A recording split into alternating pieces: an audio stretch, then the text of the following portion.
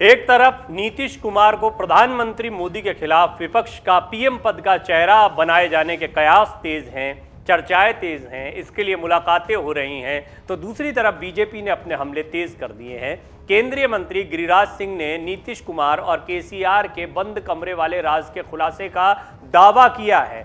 उनका कहना है कि उन्हें पता लग गया है कि बंद कमरे में क्या बातचीत हुई है। गिरिराज सिंह ने कहा कि बंद कमरे में जो घोषित हुआ है वो है सिर तन से जुदा करना, इस्लामिक कानून लागू करना, साथ ही पूरे देश में हिंदू मुक्त भारत अभियान चलाने का निर्णय लिया गया है। अब जाहिर तौर पर यह बिहार की राजनीति है और बीजेपी के पास हिंदुत्व का मुद्दा है और बीजेपी इस मुद्दे को उठा रही है, लेकिन बंद कमरे के राज उन्हें कैसे पता लगे हैं इस बारे में उन्होंने कुछ नहीं बताया है। लेकिन ये ऐसे कड़े बयान हैं जो स्पष्ट करते हैं कि बीजेपी का रुख आने वाले दिनों में बिहार में क्या रहने वाला है।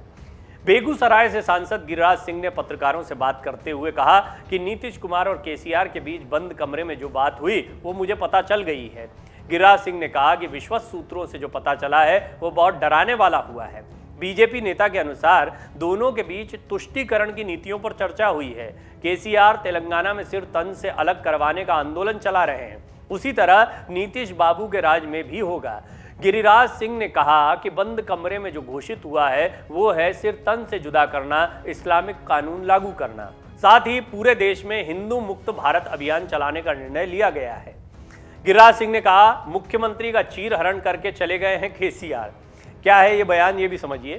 केंद्रीय मंत्री गिरिराज सिंह ने कहा कि केसीआर बिहार आकर भरी सभा में हमारे मुख्यमंत्री का चीरहरण करके चले गए, उठक बैठक करा के चले गए। ये मुख्यमंत्री की बदनामी नहीं है, ये बदनामी बिहार की आम जनता की, आवाम की है। बीजेपी सांसद ने यह भी कहा कि पहले मुझे लगा था कि केसीआर पीएम उम्मीदवार के तौर पर नीतीश कुमार को आगे बढ़ाएंगे, लेकिन ऐसा नहीं हुआ। पटना में नीतीश कुमार के समर्थन में लगाए गए पोस्टर्स पर भी उनसे सवाल पूछे गए। दरअसल हम आपको बता दें कि जब जनता दल यूनाइटेड की राष्ट्रीय कार्य समिति की बैठक हो रही है उस दौरान अलग अलग जगहों पर पोस्टर लगाए गए हैं। उसमें कहा गया है कि मन की बात नहीं, काम की बात, अब जुमले नहीं चलेंगे, ऐसे बहुत सारे नारे इन पोस्टर्स पर लिखे गए हैं। इन पोस्टर्स का भी जवाब गिरिराज सिंह ने दिया है।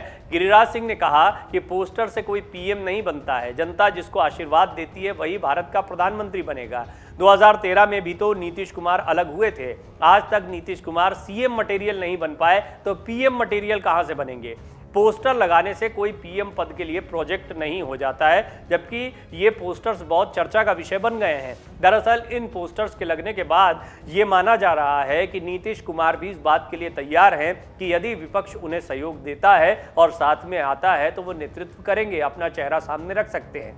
इसमें नीतीश कुमार को कोई दिक्कत भी नहीं लगती, उनका कद बड़ा होगा, लेकिन बड़ा सवाल है कि क्या विपक्ष पूरी तरह से उनके पीछे लामबंद हो पाएगा और क्या ये ताकत उनकी देखने को मिलती है, क्योंकि अभी तक बीजेपी के भरोसे सरकार चल रही थी, अब लालू प्रसाद यादव के भरोसे सरकार चल रही है। ऐसे में क्या नीतीश कुमार ममता बनर्जी जितने या केजरीवाल जितने ताकतवर दिखाई पड़ते हैं? निश्चित तौर पर प्रदर्शन के लिहाज से तो नहीं, क्योंकि बीते दिनों उनका प्रदर्शन काफी कमजोर हुआ है। अगर पिछले विधानसभा चुनाव की बात करें तो सीटें और कम हुई हैं और उन्हें किसी न किसी के सपोर्ट की जरूरत पड़ती है। जब बिहार में उन्हें सपोर्ट की जरूरत पड़ रही है तो राष्ट्रीय स्तर पर क्या विपक्ष उन्हें कोई बड़े चेहरे के तौर पर स्वीकार करेगा? ये एक बहुत बड़ा सवाल है और गिरिराज सिंह ने इसी सवाल को सामने रखा है अपने अंदाज में। साथ ही साथ में ये सवाल इसलिए भी गहरा जाता है क्योंकि विपक्ष के पास बहुत ज्यादा चेहरे नहीं है। ममता बनर्जी और नीतीश कुमार पर सबसे बड़ा दांव खेला जा रहा है। ममता बनर्जी पहले ही स्पष्ट कर चुकी हैं कि ये बात चेहरे की नहीं है, बात है अलग अलग जगहों पर बीजेपी के खिलाफ लड़ने वालों को ताकत देने की। गिरिराज सिंह ने यूपी की तर्ज पर बिहार में मदरसों और मस्जिदों का सर्वे कराने की जरूरत बताई है। उन्होंने कहा कि उत्तर प्रदेश की तरह बिहार में भी मदरसों और मस्जिदों की जांच होनी जरूरी है। बिहार में भी खासकर सीमावर्ती इलाकों में यूपी की तर्ज पर मदरसों और मस्जिदों के सर्वे की जरूरत है। उन्होंने कहा कि बिहार की सीमा जो नेपाल से जुड़ी हुई है, बांग्लादेश की सीमा हो या बंगाल से जुड़ी सीमा हो, सभी जगह मदरसों और मस्जिदों की जांच की जानी चाहिए। इस बात की जांच होनी चाहिए कि इन मदरसों और मस्जिदों में कौन लोग रह रहे हैं और क्या कर रहे हैं। रहने वाले लोग भारत के खिलाफ हैं या भारत के पक्ष में हैं। उन्होंने यूपी के मुख्यमंत्री योगी आदित्यनाथ को मदरसों का सर्वे कराने के लिए धन्यवाद दिया और कहा कि मदरसों के सर्वे से कुछ लोगों, खासकर ओवैसी जैसे लोगों के पेट में दर्द हो रहा है, लेकिन उनके पेट में दर्द होने की जरूरत नहीं है। वहां के मुख्यमंत्री चाहते हैं कि मुसलमानों को अच्छी शिक्षा मिले।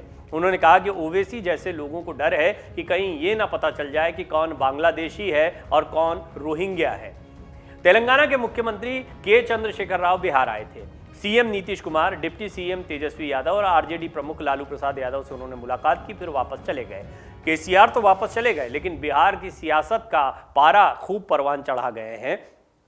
और उनकी ये मुलाकात क्यों थी, वो क्यों आए थे, इसके बारे में बहुत चीज़ें सामने नहीं आ पाती है, क्योंकि जैसे ही पीएम पद की बात होती है, विपक्ष के चेहरे की बात होती है, तो खुद नीतीश कुमार इस पर कुछ नहीं कहते हैं, इशारों इशारों में बात करते हैं। हम आपको ये ज़रूर बताना चाहेंगे, और इस पर हमने एक विस्तृत रिपोर्ट बनाई है कि जेडीयू की राष्ट्रीय कार्य समिति की जो बैठक हो रही है, उसमें सबसे महत्वपूर्ण मुद्दा है विपक्ष की एकजुटता। यानी जेडीयू राष्ट्रीय स्तर पर यह प्रयास करना चाह रही है कि वो विपक्ष को एकजुट करे।